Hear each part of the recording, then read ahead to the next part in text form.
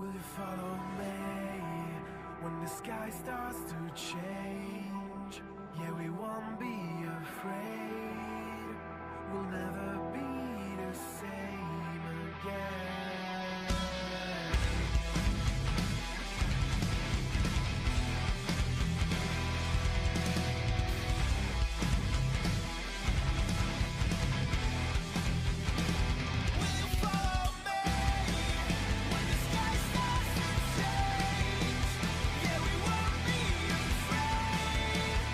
We'll never be the same.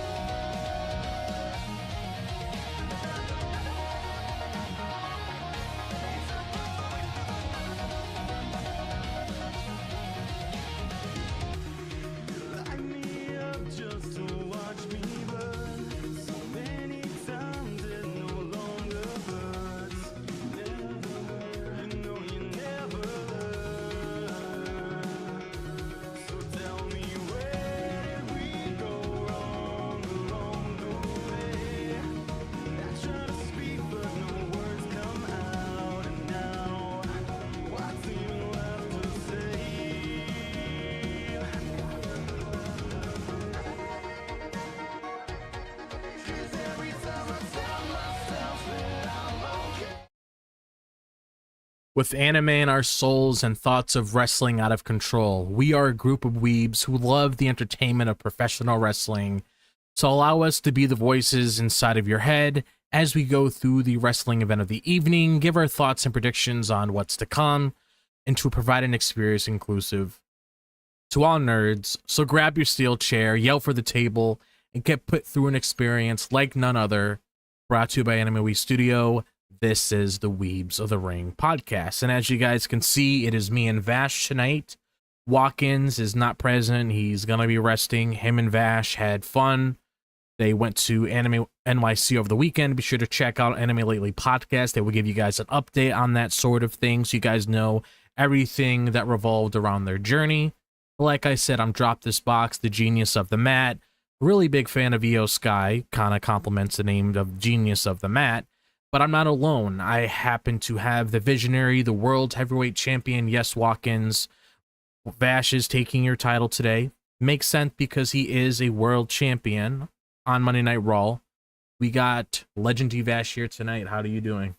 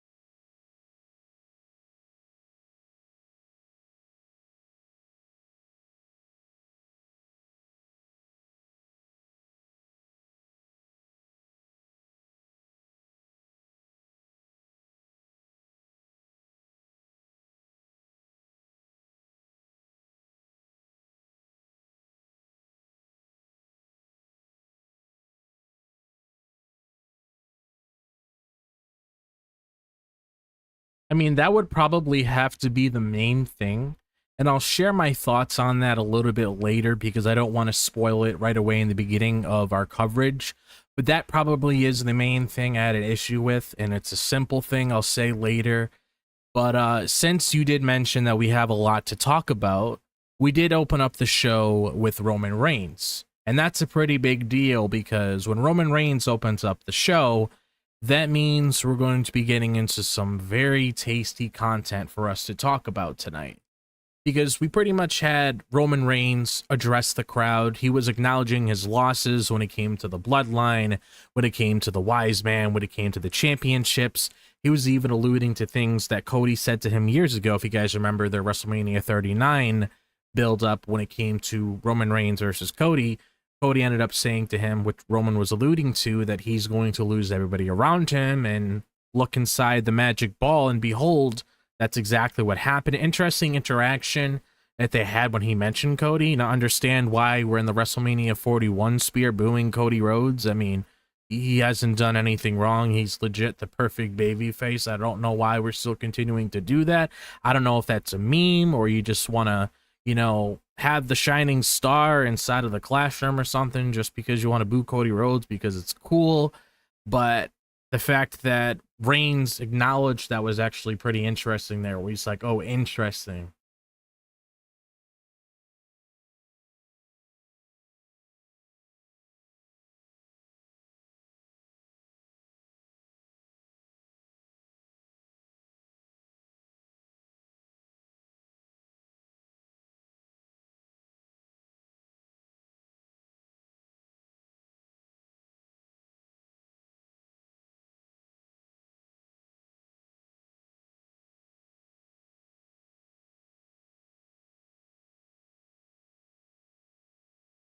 Yeah.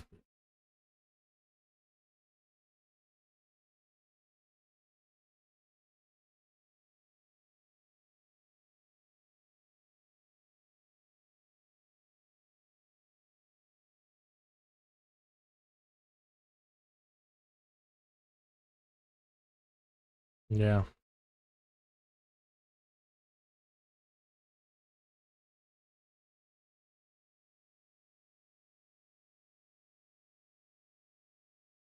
Yeah, if that ends up being the case, then that makes sense for them to have the reaction like that. But like one of the things that I can understand when it comes to people that have like that different perspective is like how it's presented on television, because whenever they present themselves in a specific way on television, it is kind of hard to figure out exactly what they're alluding to there. But all in all, that was Roman's opening statement, and then we ended up having Paul Heyman come out because obviously we know that Roman Reigns and Bronson Reed have a match at Clash in Paris on Sunday, and Heyman pretty much just claimed out saying that Bronson Reed is going to deliver tough love to Roman Reigns, and you had Bronson Reed taunting Roman Reigns about his Samoan heritage, and of course, you know, the stolen sneakers, which is why he's called the tribal thief. And when it comes to that, I am very interested to see where things are going to go with this, because I don't know if it's going to be one or two things. I don't know if they're going to give Roman the win, because Roman has been getting a lot of L's as of recent when it comes to things that happen post Mania, when it comes to putting certain people over or gaining some sort of momentum over something. So I don't know if they're going to do this to give Bronson Reed the win here to get a little momentum under the Vision, because the Vision's the big faction on Monday Night Raw. It's one of the moving needles of that show, probably going to be a big moving needle in the company moving forward, especially of WrestleMania 42. And we have talked about before that, you know, if Roman Reigns ends up losing a match, he's pretty much like, he's fine. Nothing's going to affect him at all whatsoever. So that's why I sort of look at it at the perspective where it's like, we know he's going to be leaving soon because of this Street Fighter movie. So is it going to be one of those things where we want to give the Vision some momentum? Do we want them to continue to talk tough and gain losses at the same time?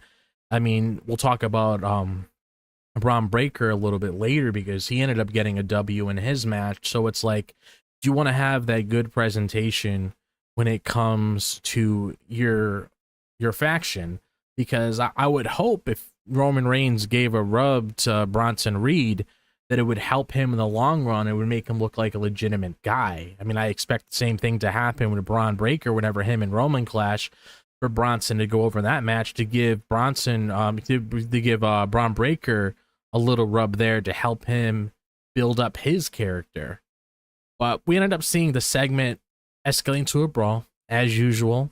Both guys talking back and forth, Roman wanting him to come to the ring, and then we had Roman Reigns hit a Superman punch, and then a fight just spilled backstage between the both of them later on, and Roman Reigns returned. So based on what I talked about when it came to the other part of the segment itself, when it came to the brawl that escalated leading more into their match at Clash in Paris, like, what is your overall thoughts on it? What is your predictions on potential directions that you could see things going down. How do you feel about the vision as of now heading into Clash in Paris? Let me know.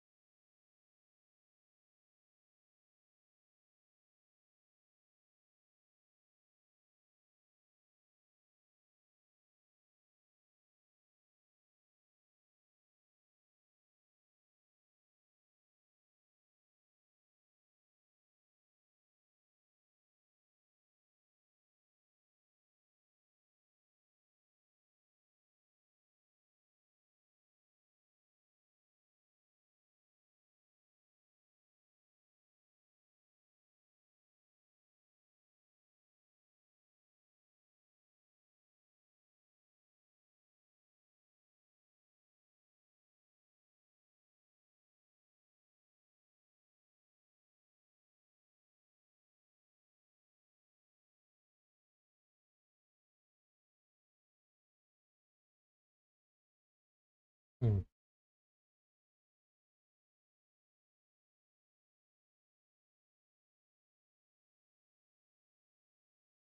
Haven't kept up with outside of the TV showing, because some people don't check the social media, some people don't check the people's online or the little extra side stories, side quests that we usually get.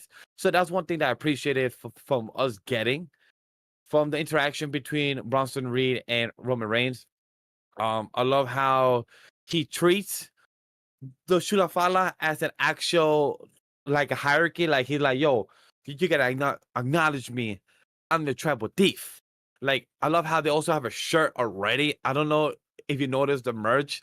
The shirt is already there presented, and also in like the same graph style of Roman Reigns of his OTC. So I don't know if that's to stay in the same layout. So I do. Hmm.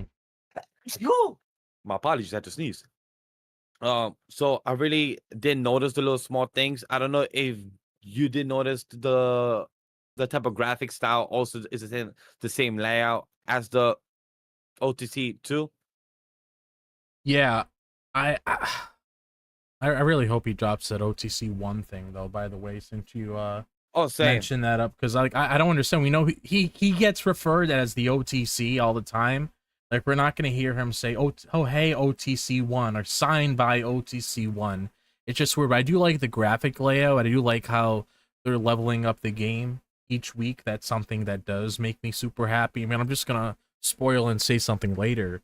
The thing with like LA Knight and Bron Breakker, when it came to like building up their match, showing the little vignettes of them and then showing the renders of them, I thought that was pretty cool. But I liked everything altogether with what they're doing with that. Yeah, it was a very nice. I love also Paul Heyman having his own little word. I love how he also tried to put over Bronson Reed as well, but like, of how they were trying to say Roman Reigns, and then Paul was like, "Hey, how about Bronson Reed? Bronson Reed. Come on, say guys, come on guys, say it with me, A lot, Bronson Reed, a lot of creative Bronson Reed." chants. Like, yeah, like he was trying to do that, trying to put it in as well. I love how Paul Heyman, like, ladies and gentlemen, my name is, and I love how the crowd already said his name. He's like, you're supposed to wait until I say it. I love how he breaks fourth wall, Yeah. telling the audience, like, hey, you cut me off, chat. You cut me off. You're supposed to wait for me to say it first, and then we could go from there. And I really appreciate that he acknowledged that. He said, all right, I'm going to go one more time. And I love how while he was saying it, the audience were doing it one more time. So those little small nuggets are appreciated to know what is happening with the crowd. And it's Yeah. just the way Paul Heyman knows how to feed the crowd and give a history lesson. Like, he also gave a history lesson that Bronson Reed said, yo, Paul, remember 5 years ago, you got with Roman Reigns as his wise man. And I love how he came down, spoke to the audience, gave them a little crash course, saying that, hey, I still love you, but I gotta have my boy here kick your ass. We're not on the same page no more. So I love how all those little snippets in this one segment was well thought out. The writing was good, the back and forth. And then, you know, of course, the brawl was nice too. I enjoyed the brawl. I don't know how you did, but I enjoy I thought Roman Reigns was gonna do a spear, but I feel like whenever Bron Breakker and Romans are on the show, Romans has been doing less spears and been doing more of the Superman punch. Yeah, I enjoyed the brawl itself. I feel like maybe he was trying to protect himself a little bit, even though they do prep these things beforehand. But I don't know if he was trying to watch over himself in the meantime, considering that he does have to do movies soon. So I don't know if he was trying to be like, you know what, I'll do a little punch for you that's still effective. It is called Superman Punch after all, so it should do a lot of damage. It is my signature move. But I did picture that. Like, I thought when he was running out and everything, or just basically like how he was moving around the ring during that segment itself, I was like expecting a spear sooner or later, but maybe he just wants to save the spears for Sunday, because it's definitely going to take more than one of them if he does end up beating Bronson Reed. Like, it's not going to just be a normal one and done spear to take him out. He might have to like really build a lot of momentum with them. Like, he usually goes back and forth on the rope and hits the spear and everything. He might end up having to go back and forth on that rope a good 2 to 4 to 5 to 6 times to really gather a lot of that momentum to take out Bronson Reed there. But I thought this was a really good opening segment to the show. Definitely a positive to stand out, I will say. And I also just like, again, as I mentioned in chat to you, the reception that Roman is getting now compared to many years before, where he was getting boos and people didn't even want him there. It's just amazing to see the reception that he's getting. Even though we've seen this many times, it's still amazing to see the sort of reception he's getting from the WWE universe. So to continue off on that, because I don't know what else to say when it involves his segment from there in the brawl, I want to talk to you about the segment after the brawl that I know involves with Jay, but I love that Roman finally spoke up to Jay, because he mentioned it when he came out the show and started it. The crowd, because he'll say, hey, I don't have no bloodline, I don't have no people behind me, no wise men. But I love how the crowd was saying yeet, yeet, yeet. And then Roman said, you know what, since you guys brought him up, I'm gonna mention it as well, that I'm proud of Jay. Jay's been doing great. He deserved his opportunities. So I love how he gave him his flowers on the show, on the conversation. So that was really amazing to hear when it came to Roman giving credit where credit is due. Because remember what we've spoken about for the past year, that Roman's character has been a bit consistent and stale. Not in a bad way stale, but more is that we haven't seen his acknowledgement since he became the tribal chief again, since he got his Ulafala, even though we have not seen the Ulafala since January, I believe, or maybe February. So at this point, he just has more of the mantle and not really wearing it no more. But even just giving the acknowledgement and just showing that, hey, Jay, you've been working your ass off. You've been doing your thing. I'm proud of you. Yeah, that's something, like you said, we preached for the longest time. Now finally seeing it in front of us, it's a great moment to see. Like, yes, we should have gotten this last year, but still, now seeing it, it makes me happy. I agree. As a fan of Roman and Jay and seeing them work together, seeing them kind of, one of my favorite lines is when Roman say, you know, we're family. We gotta put our name in the history books. We gotta do this. But I love one thing that, like, we come from the same blood, right? For example, when you have cousins, you all come from the same grandmother, grandfather to some extent, right? But when you are in your own household, it's different. So Roman said, now bring the title to your household. That was one of my favorite lines, because Roman said, hey, we are the bloodline. We are all making our stamp in this footing. Yeah. But what's the best that we do is that when we could bring it to our household and feed our family, that to me, that was a cooking line, and I love it. Yeah, me too.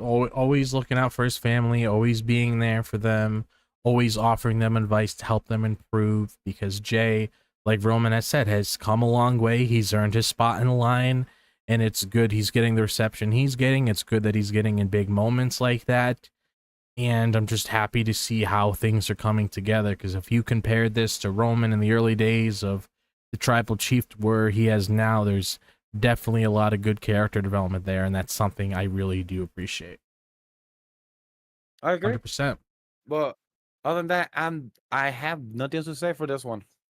I do have some things to say about the next segment that we're going to be tackling, and that is the World Heavyweight Championship picture when it comes to Seth Rollins putting his title on against CM Punk, Jey Uso, and LA Knight at Clash in Paris this Sunday, which is still weird thinking that we're getting a PLE on Sunday because it doesn't normally happen. But, I mean, hey, we'll grow accustomed to that because they like moving things around, just like the whole ESPN thing that was supposed to be next year, but now it's this year. But we end up having, since we did talk about Jay briefly, there was another backstage segment with Roman basically advising him about focusing on winning the World World Heavyweight Championship title. So I'm glad that you brought that up earlier, so we could give some space on what transpired with LA Knight and Bron Breakker, because LA Knight was taking on Bron Breakker tonight. He was going to get a little momentum heading into their match this upcoming Sunday when it comes to his title match. And LA Knight's a really interesting case here, because the whole story of LA Knight is that you have three, you have like three people in that match itself that actually have been world champions. You had Seth Rollins, which is the current World Heavyweight Championship. I'm just going to call him the world champion.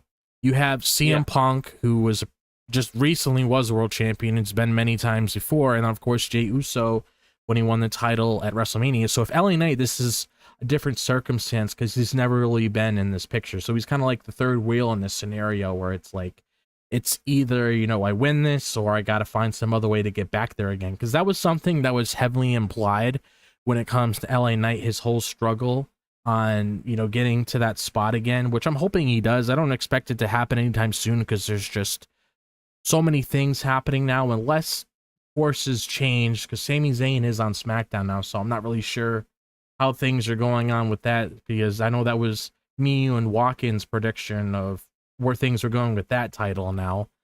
But when it comes to like LA Knight's case, pretty much before the match itself, he was venting out his frustration, talking about what happened with CM Punk last week, talking about how that bump that happened. And I remember I brought it up last week that LA Knight was going to bring it up in a promo, talking about how when he fell through that table and CM Punk, shrugged his shoulders and continued what he was doing, he was going to bring that up if he ever got involved with something. And he did, because in his eyes, and I can't really blame him for thinking that way, when it happened, he even saw it on the picture, which is why he acknowledged it, during the show itself. He just shrugged his shoulders and he moved on. And even CM Punk admitted later on that, he just continued to do what he's doing. Whatever happened to him, and he's just going to continue doing what he's doing. So I liked how, LA Knight was being upfront about the situation, explaining how he feels, understanding CM Punk's perspective on working together against division, but at the same time, he's got to be in this for himself in order to win that title, which is a realistic point of view to look at things from when it comes to you being involved in a championship match. Because yes, you might have friends in this match, but at the end of the day, it's either you or one of the other guys winning the title. So I like how he has his focus on that, so he knows what to do moving forward with that. And I also like, seeing CM Punk's perspective a little bit later when he was talking about, what his initial thing was, shedding some light to LA Knight so he knows what's going through his head. It was even funny that he ended off his segment saying, with everybody saying CM Punk, I actually did get a little chuckle out of that. I did thought that was pretty funny to see with CM Punk. But I like how they're all getting on the right page that I expect them to. I didn't want to see a lot of buddy-buddy stuff, which is why I appreciated what happened a little bit later to close out the show, because we ended up having LA Knight versus Bron Breakker. Bron ended up beating LA Knight due to shenanigans that took place that gave Bron Breakker the opportunity to hit the spear, the deadly spear, onto LA Knight to win because we had Seth Rollins come out. He attacked LA Knight, you know, and then ended up Jey Uso ended up intervening. They ended up getting into a little brawl there with Seth and Bron against Jey Uso and LA Knight. And then CM Punk ended up chasing off Seth Rollins and Bron Breakker. Then tension started arising even more. LA Knight attempted to hit his finisher, the BFT on CM Punk, but then that followed by Jay just super kicking Punk and LA Knight, pretty much saying, you know what? It's honestly, it's just me, Oos, really. So every man for itself. I love that. I love that Jay said, fuck it. Knock you out. You see him, Punk will stay next to him like, we cool. And then Jay was like, nah, super kick. Knock your ass out. I love it. Jay was like, hey, it's just me, Oos. Day one-ish. Call it a day. At the end of the day, I love going back to what Roman said in the backstage is that you got to look out for yourself as much as you can help others. You can help others as much as you want. You can feed families as much as you want. You can feed your kids. You can feed people around. You can feed your cousins, your sisters, your people around. You can feed your next door neighbors. You can feed the whole damn block. But don't ever fucking forget to feed yourself. And that's what Roman was telling you. You got to think about yourself. All right. Roman got the title. Cool. The other Jacob Fatu, U.S. champion. He lost to the Solo. Solo's champion doing their thing. Jay, you lost your IC title. You was there for a short reign. You lost the world title, short reign. If you want it back, you got to look for it. I didn't finish Unreal. I'm not sure if Drop yet did, but I think I was on episode 3. Drop was on episode 2. I was just watching episode ahead, and I really understand the vision that Triple H said, hey, I'm gonna put a rocket on you. But he was asking, I cannot see you be gassing up when you're going down the fucking ramp with the audience and coming back to the ring and you having no breath. Understandable. So I'm sure Jay is still on the main event pictures because he's putting the work. He's going backstage. He's putting the work. He's working now. If you're hungry for this shit, it's not about you sleeping. It's about you, team, no fucking sleep. Jay right now looks like he's grinding for that shit. He's hungry for that shit. Cody even said it in his interview with Becky Lynch I was listening to, and he said it that sometimes their expectations that he has 65 appearances in a week. How the fuck do you have time for that? Who the fuck knows? But guess what? There's managers and supervisors, all the little things to make it happen, to make those type of 65 appearances if it's possible in a week. But just to show that if Jay is still being there, and when Knight is being there, Bron Breakker is main eventing Monday Night Raw on Netflix in the fucking UK. That's an amazing opportunity. That's amazing work. So just to see LA Knight, Bron Breakker, yes, whoever loses winning, at the end of the day, people care about losses sometimes online more than the actual wrestlers. They're having TV time. They're having story time. They're pushing the thread, the needle at least along. That's something I care about as a fan. Do I care that some of my stars lose or win? Yes. But at the end of the day, it's not just the win or loss. It's the story that's being pushed or was being presented to us as the audience. LA Knight being main eventing, being in a fatal 4-way for a title, that's amazing. We love him on Raw. He fits it really good. Bron Breakker going for NXT, being a strong showcase. We have asked for our NXT superstars that have a history or lore already for NXT to continue that lore in the main roster. We have asked for that. We asked for others like Obafemi in the future and others. Some has failed. We know Triple H has failed. We have named him many times on SmackDown every single week, and it's him, Carmelo Hayes. So understand, chat. Trust me, we will tell you how it is. And for this match, for this backstage, I enjoy the Jey Uso and Roman. I enjoy the LA Knight and Bron Breakker. These are two superstars. That's one literally in their 40s, one in their 20s, and they're doing good stuff. So that's one of the highlights I want to bring up, that we're getting good content of them. The tension. Who do you trust? Jay showing that, hey, as much as that you fought with CM Punk in War Games, as much as that you worked well with LA Knight last year, you had the yeah, and then you had the ye, you had the yeah, you had the ye. At the end of the day, a year later, at the end of the day, it's fatal 4-way. Don't mean I gotta trust you, but I don't mean I gotta play with you smart. I gotta do my thing and win my title back, and that's what it is. That is true. That's honestly the best mindset to have, really, if you want to get ahead of the game.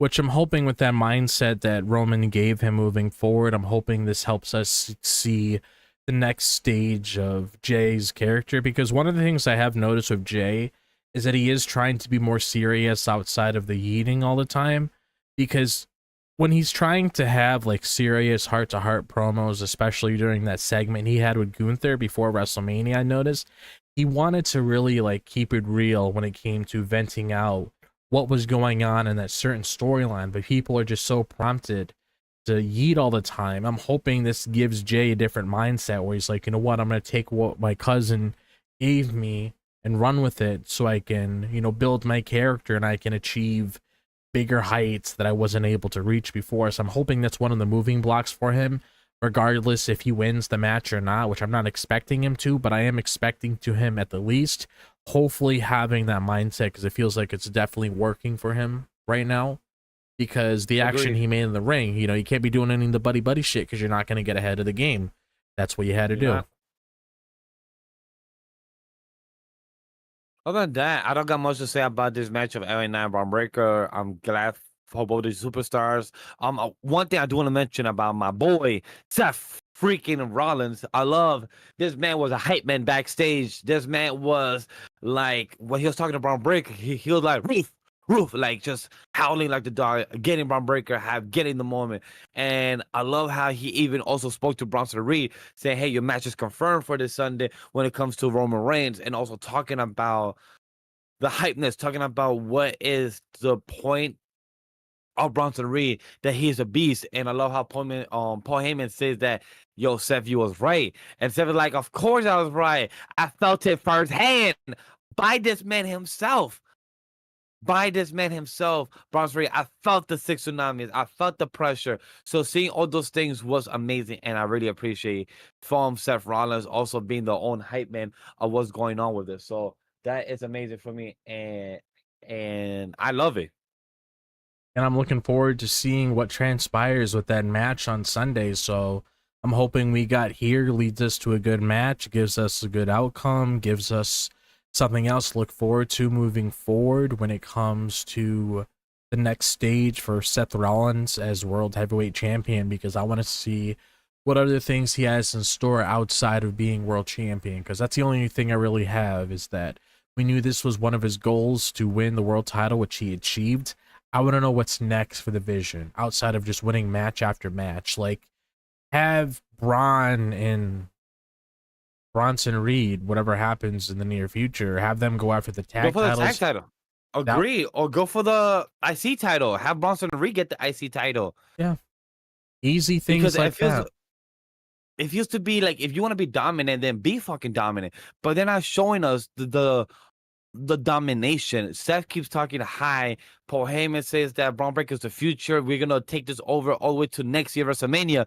But I'm like, I don't see the future plan. I don't see the little Easter egg being, mentioned. We heard Paul Heyman 2 months ago say, Plan B. Don't worry, we still got Plan B in motion. Everyone knew that. Hey, chat. I think Plan B means that Seth doesn't have an injury. That's why a lot of people thought. And guess what? It came real. But where's Plan C, Plan D? We're not getting that. Where like we have 2 big guys, have them be a dominant tag team. Take off the titles of JD and Judgment Day. They're not using those shit. Realistically, they're having fucking single title matches tonight. Why are we not having the most contender matches? No, that's just dumb useless.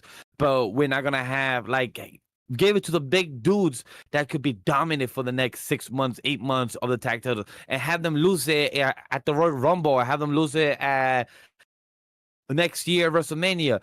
There are 2 big dudes that could be dominant force, and I feel like it would be perfect for them. Yeah, that's what I want. Like, if you are supposed to be the next squad, that division, or the next version of Bloodline that takes over a brand, then dominate it. Don't just talk high and mighty and laugh and do the hype man for your 2 goons. I want your 2 goons to actually be presentable. Yeah, that's honestly something you need to do, especially if you're considering yourself to be the big faction on Monday Night Raw, or even in the company right now, which is the needle that they're really trying to push or really control all the chaos. You need to have some gold on the other two guys, especially if you want them to feel special. Because at least on SmackDown, they're doing a little something with it to have some sort of meaning to it. Those Raw titles haven't been shit for the longest time. Since WrestleMania. And even with the Judgment Day having them, it's literally how they were with them before. It's just a prop to walk around with, which is why I'm hoping, you know, do what Vash said and just give the titles to them, and it would make things a lot easier. But since you did bring up Judgment Day, since that happens to be a big topic of conversation tonight when it involves certain scenarios that played out, because we had 3 of their members involved with something, but we're going to talk about one of them first. Dragon Lee had a match with JD McDonagh tonight because, like Vash said, you know, we're not really doing anything with the tag titles at the moment, so why not just have a one-on-one match between one member of the tag team against somebody else? And we have Dragon Lee going up against JD McDonagh. It's a pretty good match. I enjoyed it.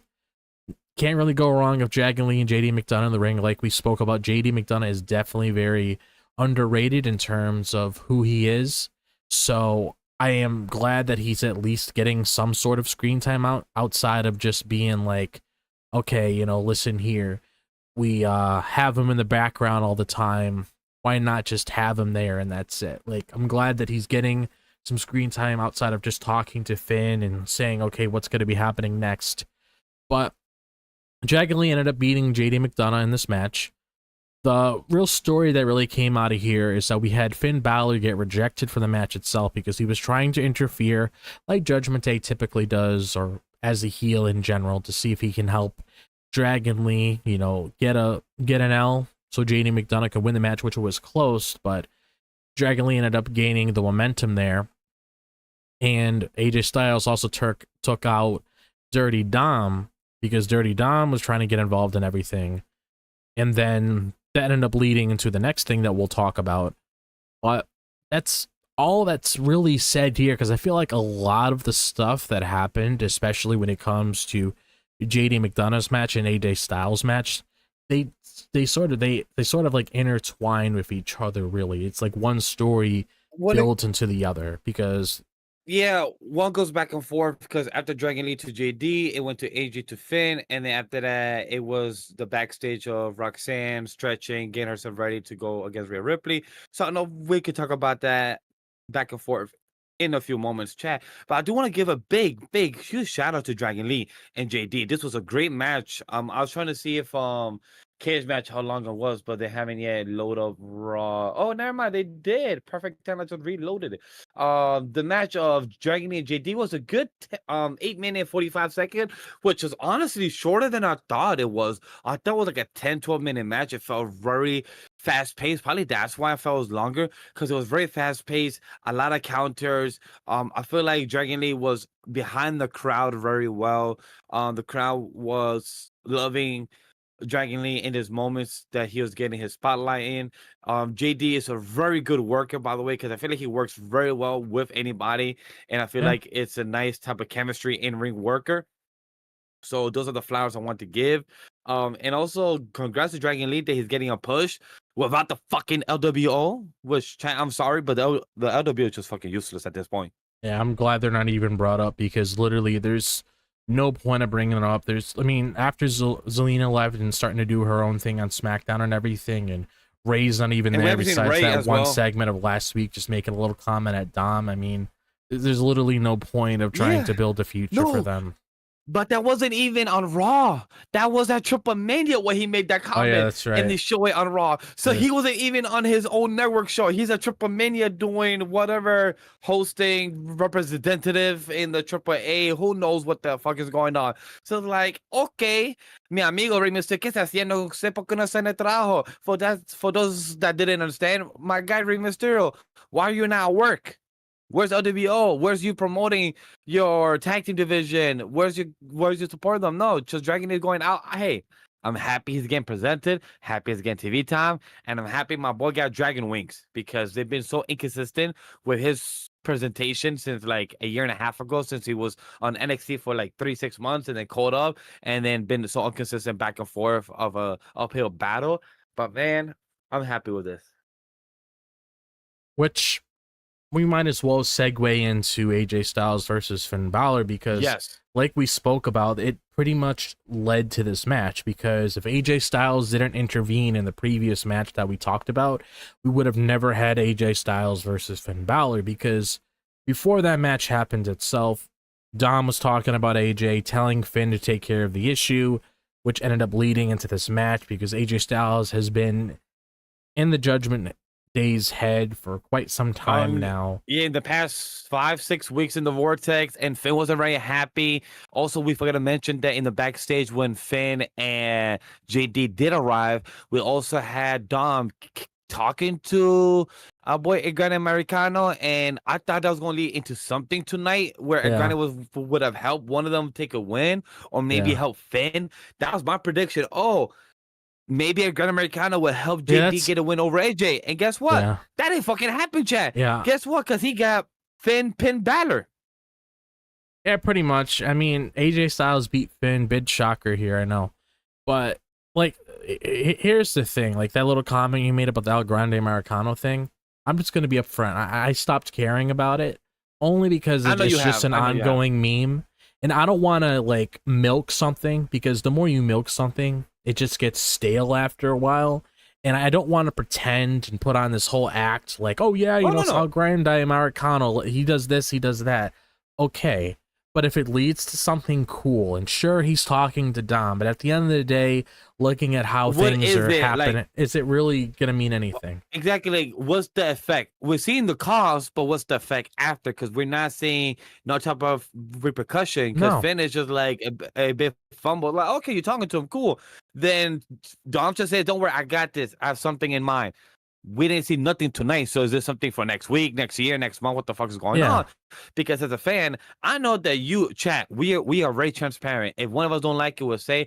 Another one of us might actually do love it. Like Watkins, he enjoys a Gran Americano bit. He's having a blast. Me, I just want to see what's the end goal. Because at the end of the day, we thought it was going to end that fucking, not Triple Mania. It was going to end that. Back in June, what was that called? The event that they had, the collab with Grande, Chad Gable, what it was? Worlds Collide. So we thought it was gonna end at Worlds Collide, but it didn't. So we're still here, fucking 3 months later, Chad. And hey, we haven't seen Kaiser in so long, but now we have Kaiser here as a good American, and he's doing amazing. He's being loved in Mexico. He's doing great. The fans loving him. But what's the end result? Like, where's the end of this gimmick that's still going on when we're not going to get something out of it? We have Dom talking to him, and then it didn't even help AJ. I mean, it didn't even help Finn over AJ. So that's one. Two, I love that Finn keeps smiling when it comes to Dom losing his power or losing the battles. But then what's the end result? We kept saying, I believe us 6 weeks ago, we thought Finn and Dom was going to happen for the IC title or something like that by SummerSlam. Maybe it might be at Bad Blood, but Bad Blood is not happening no more. So it's like WrestlePalooza is around the corner. So what is it that we're going to lead up to when it comes to Dom and Finn? Because that's still going on. Because, Chad, when it comes to this match of AJ versus Finn, I don't have much comments. Do you have any comments? If not, because I'm going to talk about the after effects, what happened after the match. Yeah, because pretty much what happened towards the end of this match, we might as well just dive into it now.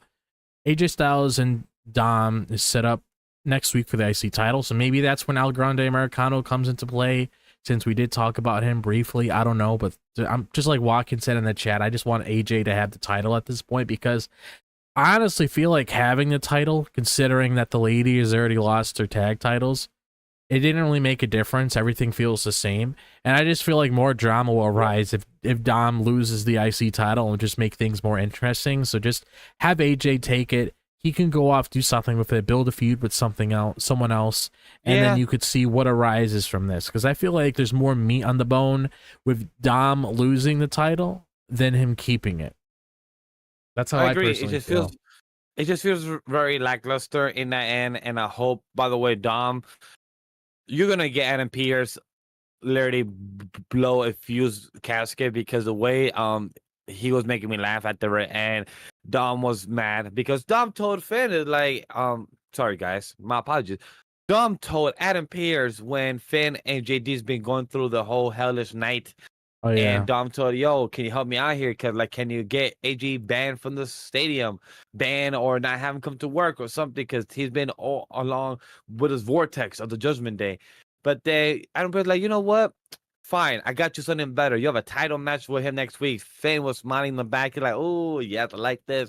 And when Adam Pearce was leaving, damn, Charles Xavier, you can't do this to me. For those that don't know, Charles Xavier is the word on the name for a character from the X-Men, the mutants, the bald-headed motherfucker that who's on a wheelchair. And that's what Dom was calling our boy Adam Pearce, the bald-headed guy. So I'm sure Adam Pearce is going to come back and bite Dom in the ass for this because Dom gotta start playing games with your upper management boss in the TV.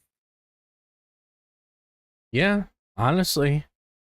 I'm just hoping for the best next week when it comes to Judgment Day. I feel like there's some potential there when it comes to the men's side of things, especially with like Dom, to see where things might extend. Because I really want to see like what's going on with this whole Finn and Dom thing mainly, because it's been teased. They have their ups and downs, but then it seems like it just disappears. So I'm hoping whatever comes out of next week's title match, I'm hoping it pushes the needle, because at least with what we're gonna tackle next, there is some needle pushing here when it comes to Rhea Ripley and Roxanne Perez, because Rhea took on Roxanne Perez tonight. She defeated her.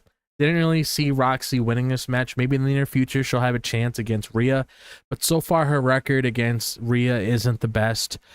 But Rhea needed this momentum mainly to push that storyline that's currently going on of her and Io against Asuka and Kairi. Because the match itself was good. I'm not saying it wasn't. There was some good moments in there in between, with Roxanne getting that leverage that she needed when there was an opening. Like, one of the things I did appreciate that she did within this match itself was targeting Rhea's legs, because Rhea is a lot bigger than her. And in order to take down the giant, you need to tackle the legs in order to get that sort of momentum that she needs. So go for those weak points, and then you eventually get your momentum there. Especially if she can't really move on her feet and she's bending over and slouching a lot, that it gives her an easy opening for pop rocks whenever she wants to execute that, which she wasn't able to, unfortunately. And I always find it funny how whenever Roxanne goes for the pop rocks and she goes to deliver the move, I always love how people avoid it. Like, they just have her bounce off of them and she just like starts charging towards the rope or something. It's this sort of thing that happens to her whenever she executes that moves is always funny. But the match itself, like I said, mainly stemmed from Io helping Rhea against Roxanne and Raquel because of what happened last week when Io took on Raquel Rodriguez, because Rhea helped her there, which is why you saw the little shenanigans of Asuka and Kairi that time. And then you saw it again, because to backtrack a little bit, we did see a moment where they shared things earlier before the match itself, where Io went up to Rhea and says, hey, maybe we need to keep our distance because Kairi and Asuka is my family. And also give you guys some light as well. Asuka made a video, and I did see it. It was on her Twitter page talking about her and Io's relationship and pretty much talking about their history in Japan and everything leading up until now and how they've always been together, just to show how close of a connection they have, which is why Io referred to Kairi and Asuka as family, because they've been everywhere with each other, which makes sense considering they're from the same background. They went to the same promotions and everything when they were in Japan, so it makes sense why they have that close connection, which I wouldn't be surprised in the slightest if a lot of them, probably share apartments or condos or whatever they're at in Orlando because of the close connection that they have, just like how Julia and Stephanie Becker share, apartment together because how close they are and where their backgrounds are and everything. But we had the moment with her and Rhea wishing her, basically saying what I said about keeping our distance, wishing her the best when it comes to her match against Roxanne. Asuka and Kairi were like in the background looking at what happened.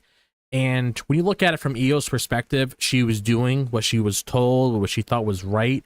But the way that Kairi and Asuka saw it, they probably saw it in their heads. At least I'm going to say Asuka. I don't want to group Kairi in there. But with Asuka, she sees in a way where it's like, oh, okay, I told her to go and do this thing. Now she's hugging her. Now she's doing this and that. And then you saw another moment again where they were sharing a moment backstage. Rhea thanking Io for helping her, saying, oh, yeah, that moment didn't really last that long with each other. But Io going out there to help her, considering, how close of friends they are. And then that's when he had Asuka come out there, vent out her frustration. And she pretty much broke the friendship between her and Io right there. And that's why Kairi was stuck in the middle, because Kairi's the innocent one in this situation where she's pretty much caught in a bubble. She doesn't really know where to go. So that's why she was like staggered in that moment where she didn't really know what to say. She didn't really know to go to Io or Asuka. That's kind of why she just went off and did her own thing. And I do like how there's some progression there, because it goes to show like, okay, we're doing something outside of a title.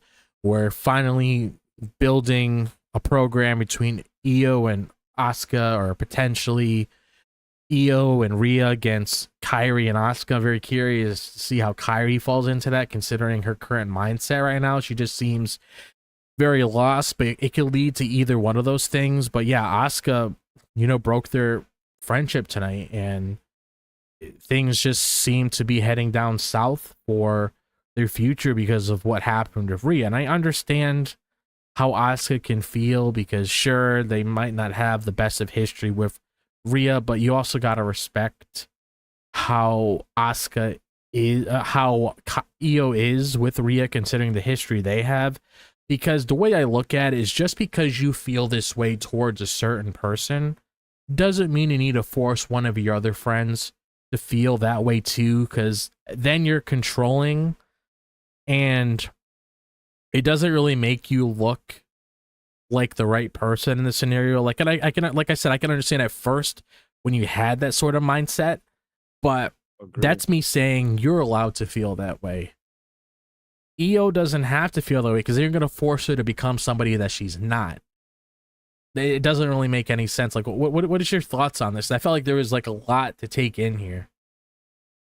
You bring up 100% the point that I feel, because Asuka is expecting expectations for Io Sky to respect Asuka wishes. That, hey, we are the squad that grew up, we are family and everything, but you cannot have no more friends, or you can have connections with Rhea. And Asuka is expecting something like, hey, you guys are not called Damage Control. You guys are not even called, you and Kairi are called the Kabuki Warriors. You guys are the squad. But Io's not involved in that. So you're expecting expectations that are going to be with disappointment.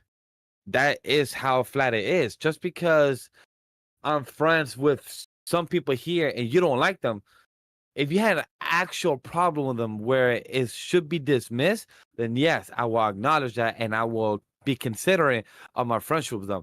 But if you just don't like that just because you don't want me to be friends with them, I'm sorry, but that's your loss. That's not my loss. That's my gain of me having a friendship that still is intact and still impactful. So that's unfair from Asuka wishes for Io Sky. Io Sky could be friends with whoever she wants on the main roster. She doesn't need to follow Asuka rules, because she's not part of no bloodline. She's not part of no Asian squad. No, she's part of Damage Control, which Damage Control has not been mentioned once, and that's not the case. So Asuka being mad that, hey, like going into her face and screaming at her, saying that, oh, you lied about this. Why are you friends with Rhea? Why did you go help her out? I thought we couldn't go help you, but she can. Guess what? She did. She helped me. Accept it. Why are you upset about it?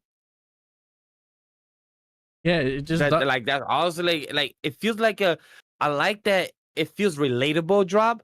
I like that this part of the story feels relatable, because any of us that are watching the segment could understand that it's friendship aspect that have been like this that we can know and relate to, but it's also human shit that we sometimes are afraid of losing our friends to other friends, because those friends may be better, or those friends are actually treating our friends more better than they should, or just that, hey, our friends that we thought was a squad, that we were a clique, now is gaining other cliques, is gaining other communities, and we're losing that.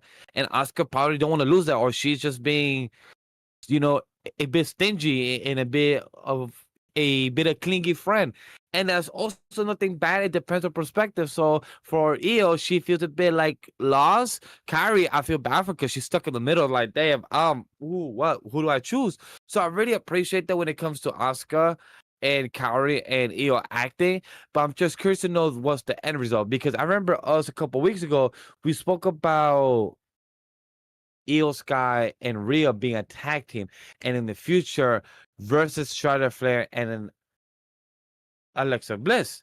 But now we don't know if that might happen, because now it kind of looks like it might be Rhea and Io versus Kyrie and Asuka in the future, or maybe. But it really depends on what the next couple of weeks hold and how the friendship is going to hold. Is this something that's going to be internal, or is it something that's going to bleed out?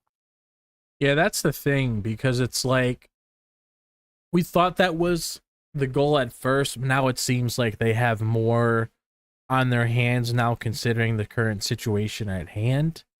So that's why I'm curious to see like what happens next week and how they're gonna handle the situation moving forward. Because it's like Watkins said in chat as well, like Asuka does need to chill and just allow Io to do what she needs to do, because that's just somebody being overly jealous. That's just somebody being very controlling, and like we get it, you don't like her, but it's like, why are you creating more problems with yourself? Because Yeah. it's just kind of pointless. It's kind of like you're just running in a circle. You want things to be this way, yet you're making it worse. You're making assumptions. You're doing this or that to put yourself in a situation that you don't need to be in. So I'm just hoping that, you know, this leads to something good, because I feel like there is potential here, especially if an Io and Asuka program, if they want to head down that direction. And I'm just hoping we get something good, not something that's like we get there and it's over and done with. Like, I'm hoping there's something that we come across that has more substance, because now that we had that little event that transpired towards the end of the show, now I want to see what happens next moving forward, because Asuka now has it planted in her head that she doesn't want to deal with Io anymore. She seems like Io's just fully focused on Rhea, even though Asuka put Io in this situation herself. So I'm very curious to see where that's going to go. I agree. It just depends on what's gonna happen with that relationship moving forward. But now let's talk about the meat and potato that happened with Rhea and Roxanne itself. Because Rhea and Roxanne, I also want to say when it comes to that relationship, is that Roxanne, I'm happy how she's doing so well on the main roster. She is doing good for herself. I do want to give a big shout out to her, Roxanne and Rhea. They had a good I believe it was a 10-minute match. They had a 10-minute match that was good. Raquel's well being involved. I love that the dynamic between them has been good since Liv was not around. So I do want to acknowledge that to the audience too.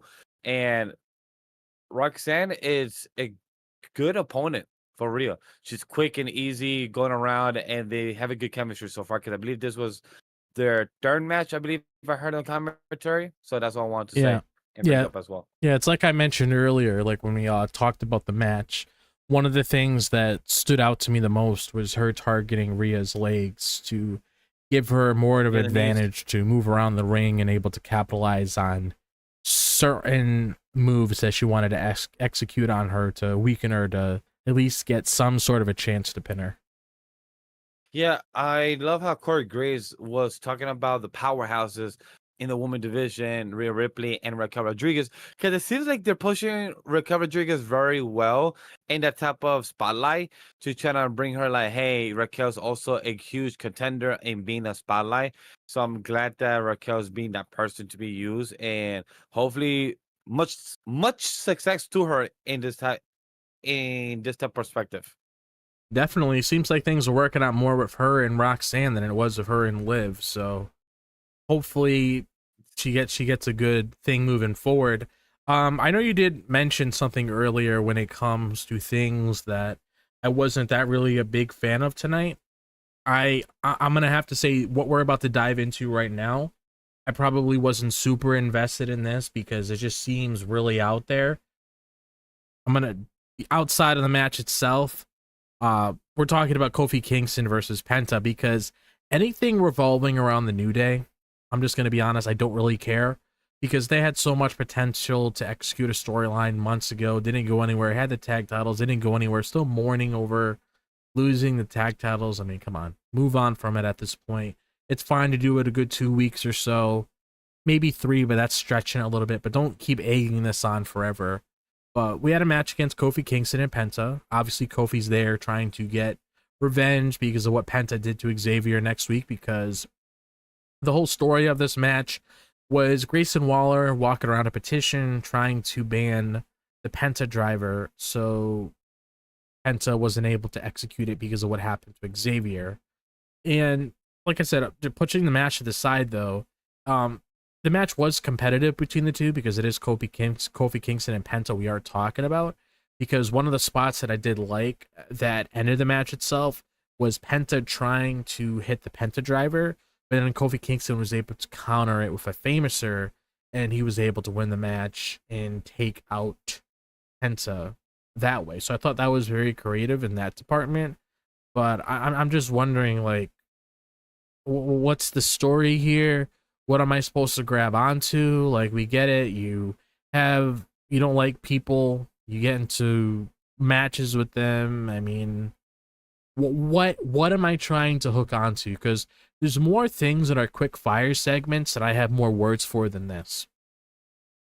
So to keep it short for the Kofi Kingston and Penta, I do agree. Was this something I was interested in? No, but I like how the New Day is great, but get the fuck Grayson Waller out of my story. I don't need Grayson Waller. He's just being there to have on TV time. I don't know what's going on with Austin Theory. He's probably injured, like the rumor report is being true, because we haven't heard of Austin Theory in the past couple of weeks. So that being the case, is what it is.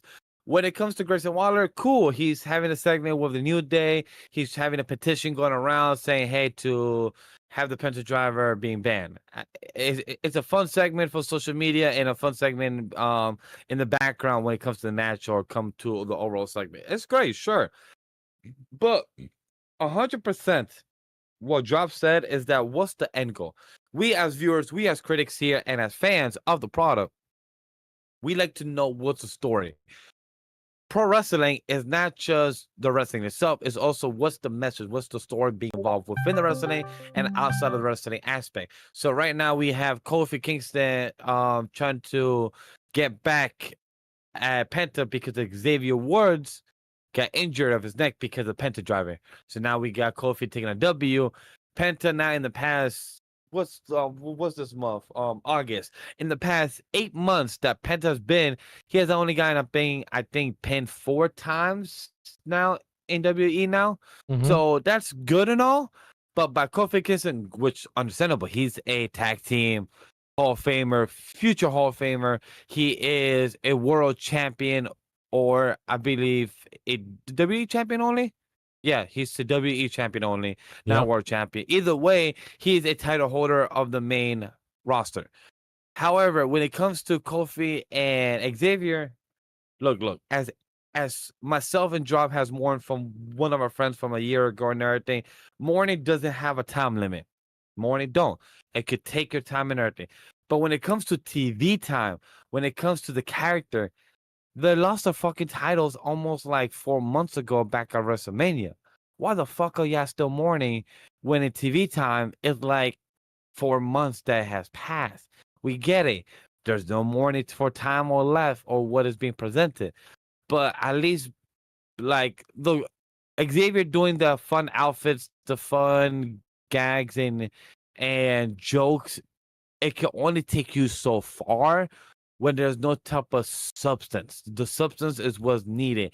And the substance right now we're getting, it feels very transparent and not very enjoyable for a lot of audience. Like, for example, Drop was not hooked. Myself was entertained, yes.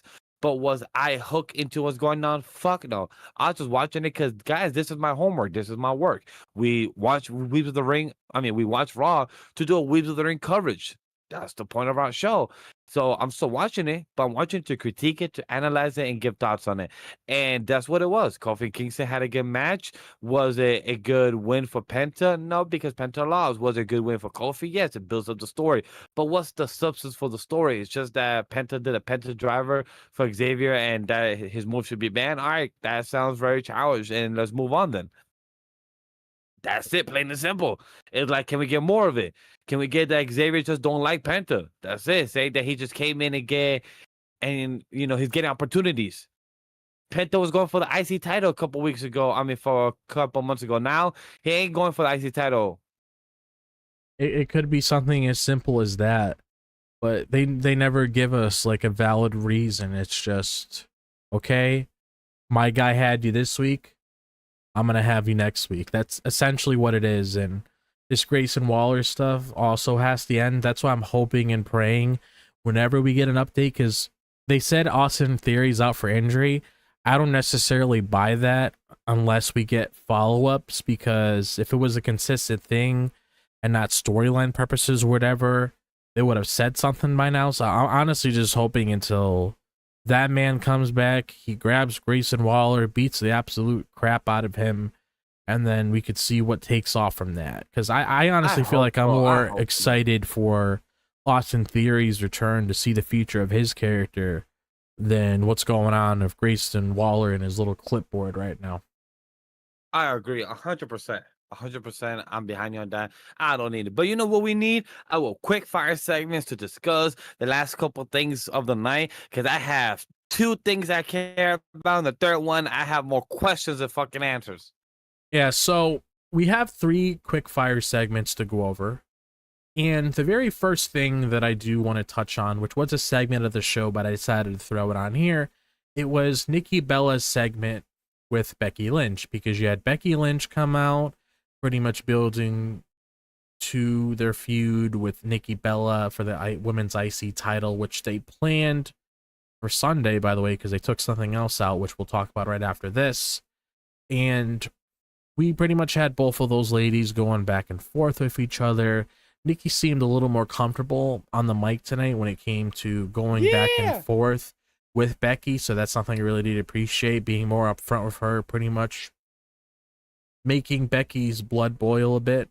And even had one comment that I liked that Nikki referenced, which was Becky's past by calling her, Charlotte's sidekick, because back then, many years ago, during the SmackDown Live days, I believe, you had Becky and Charlotte. They were best friends, always with each other. They were doing the little tea party things all the time with their fingers. And she pretty much just referencing that. Yeah, because they had this whole thing where they used to like shake hands like this. And pretty much just referencing like, Becky, you're a background character. Charlotte was the star. And we ended up having a brawl start out between the both of them, just adding more to their title match that they're going to have at Clash in Paris. So my thoughts on that, honestly, like I thought the segment was good.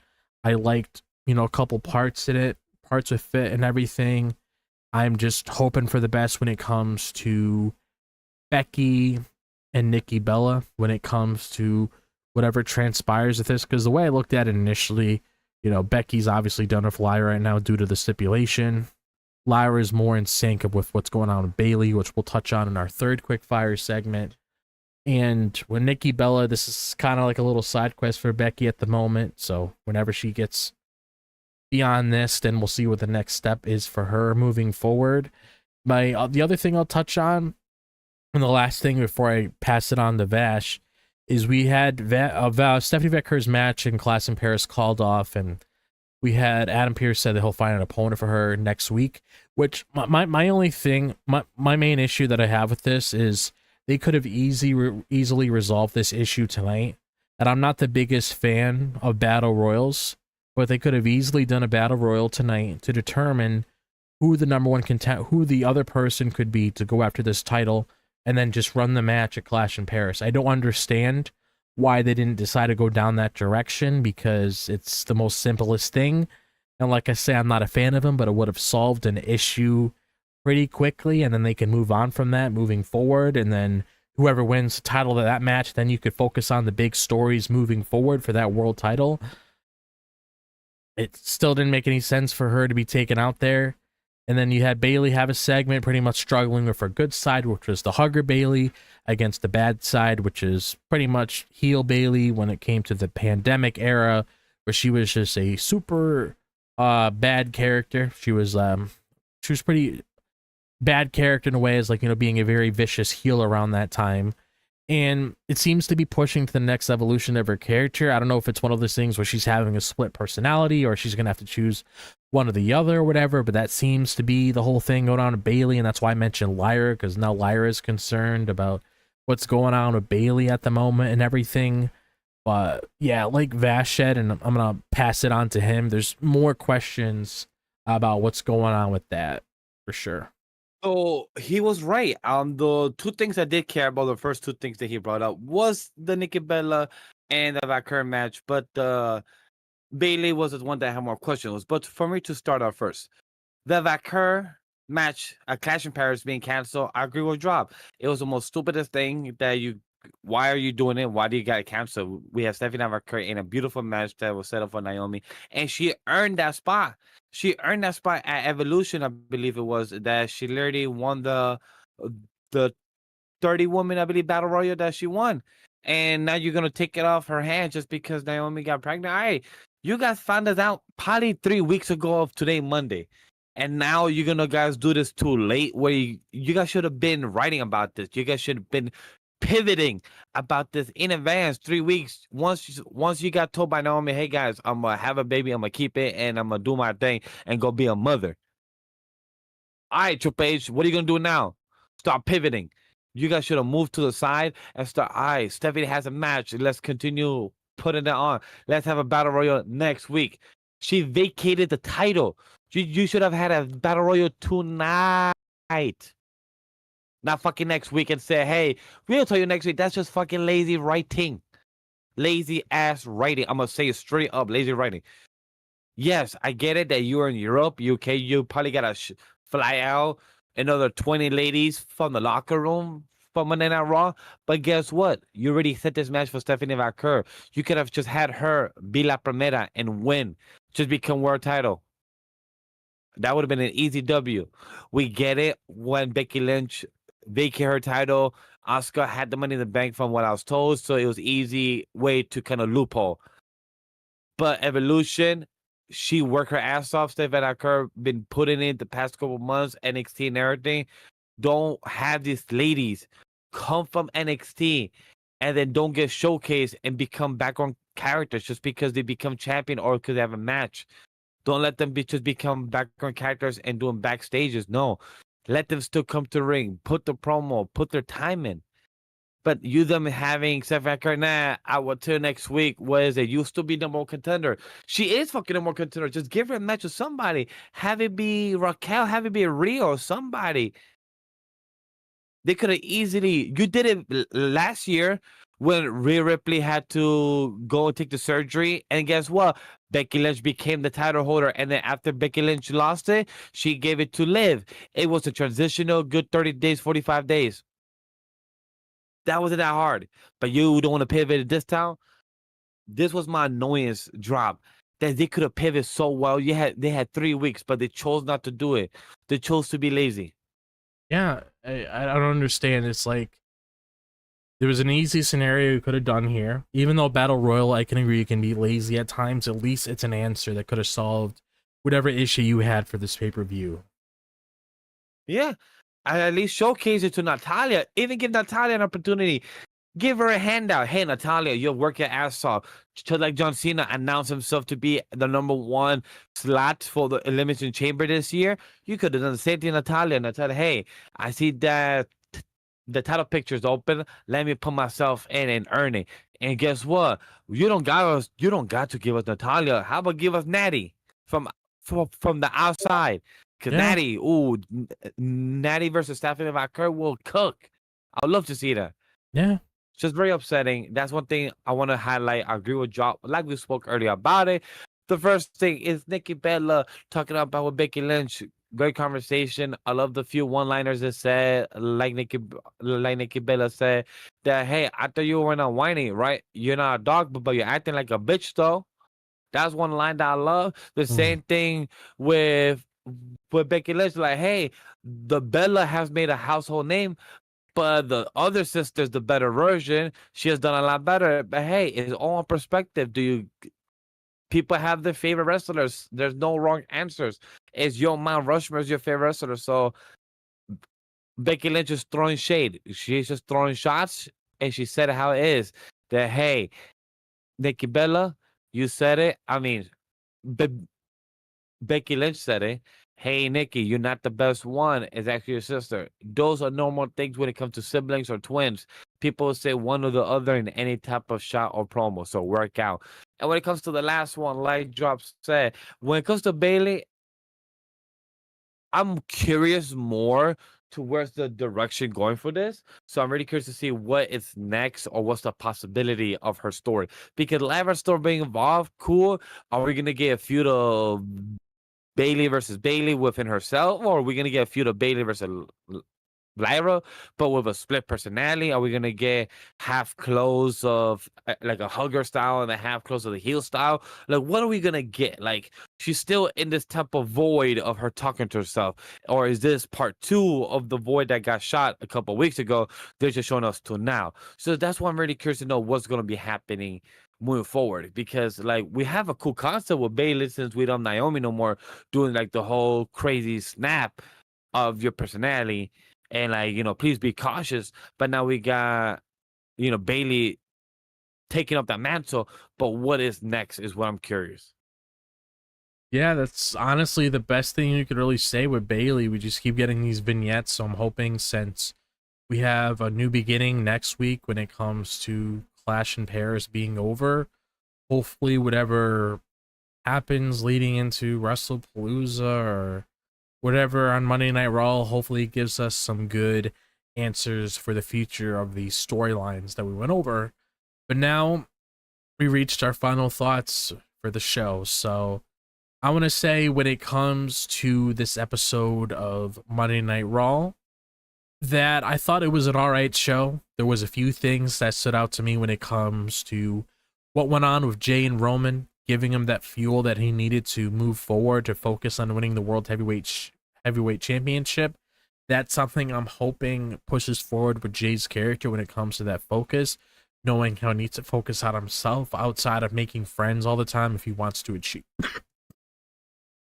achieve.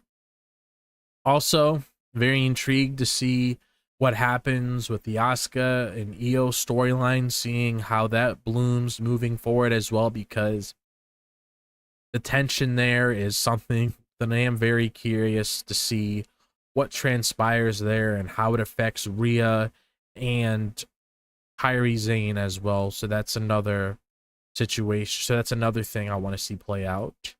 And I'm hoping they figure out what's going on with Stephanie, because like we just went over, it's unfortunate this match isn't taking place, but I'm hoping whatever they come up with makes some sort of sense, because Vacker is the number 1 contender. She earned her spot.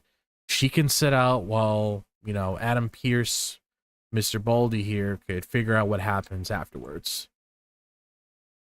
I agree with also Watkins. Even he said it in the chat. He said it that literally he's just sitting here. I came up with one idea: a gauntlet match. You don't even have to do a battle royal. 100% with chat.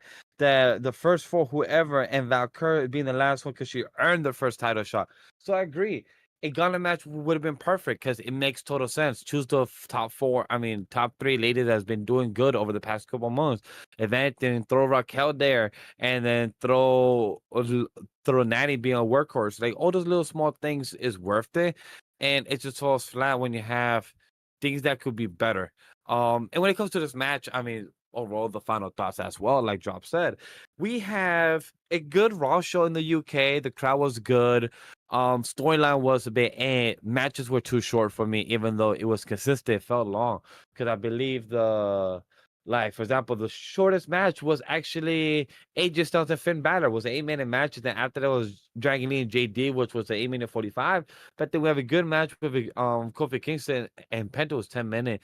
But the Bron Breakker and LA Now was a 13-minute and 40-second, which is very good for the as the main event, but all the stories that involve after the fight, CM Punk being there, Jey Uso, it feels like there's a lot of consistency throughout the week that feels a lot of repetition of main event, people interrupting, people helping each other out. We're waiting for the next project to come out.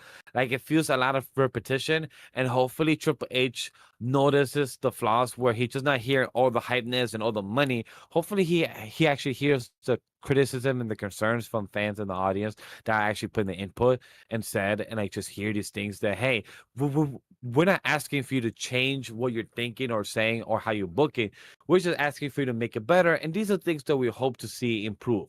The cast of the wrestlers actually have more TV time and much better. Like, we would love to see Natty. We haven't seen Max Interpret. They're supposedly a team.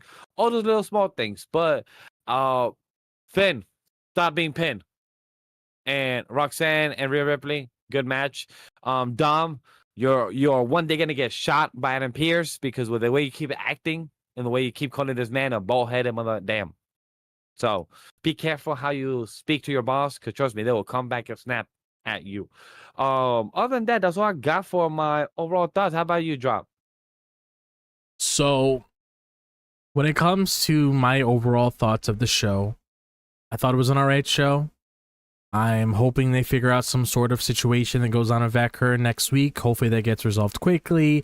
Hopefully whatever happens with Bayley moving forward is an interesting step for the next evolution of her character.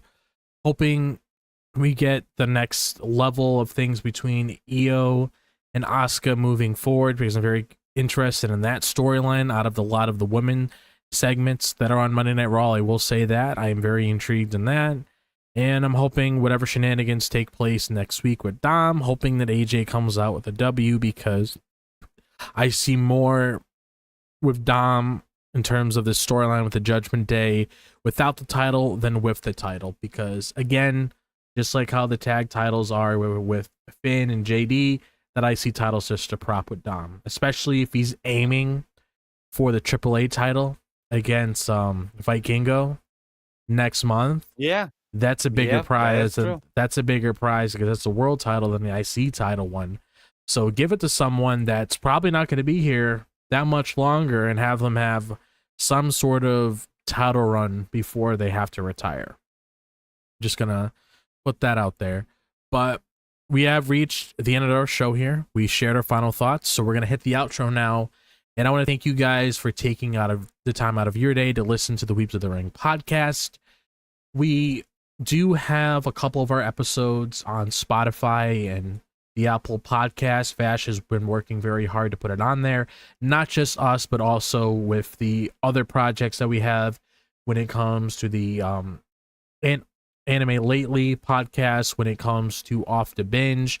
There is things on there if you want to check out to see what's going on in that space. So be sure to check that all out, because we are trying to put a lot of our previous episodes on there so you guys could check it out. We have been getting a traction on there when it comes to terms of downloads. People are checking it out and listening, so it's pretty cool. We are getting that attraction there, which is always super nice. So be sure to check that out if you guys are interested in that sort of thing, because I understand there's going to be some people out here that don't want to go on YouTube and watch a full-length video like this seeing us. So if you just want to pop your headphones on and you want to just open up one of the podcasts and listen to it if you're going for a walk or working out, whatever, that's why it's there. So be sure to do exactly all of that.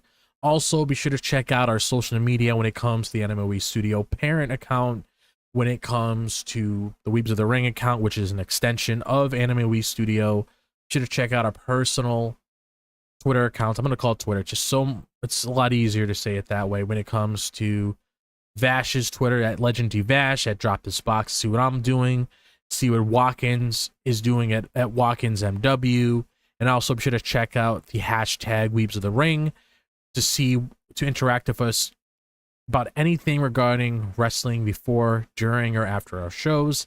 Feedback is always appreciated, as we are nothing without you guys tuning in. Weebs of the Ring is presented by AniMa W3 Studio. Thanks to our production team for all of their hard work. Thank you once again for joining us, and remember, no stunt grannies were harmed in recording of this podcast. Have a good night, everybody. We're going to have a lot more content for you guys this week.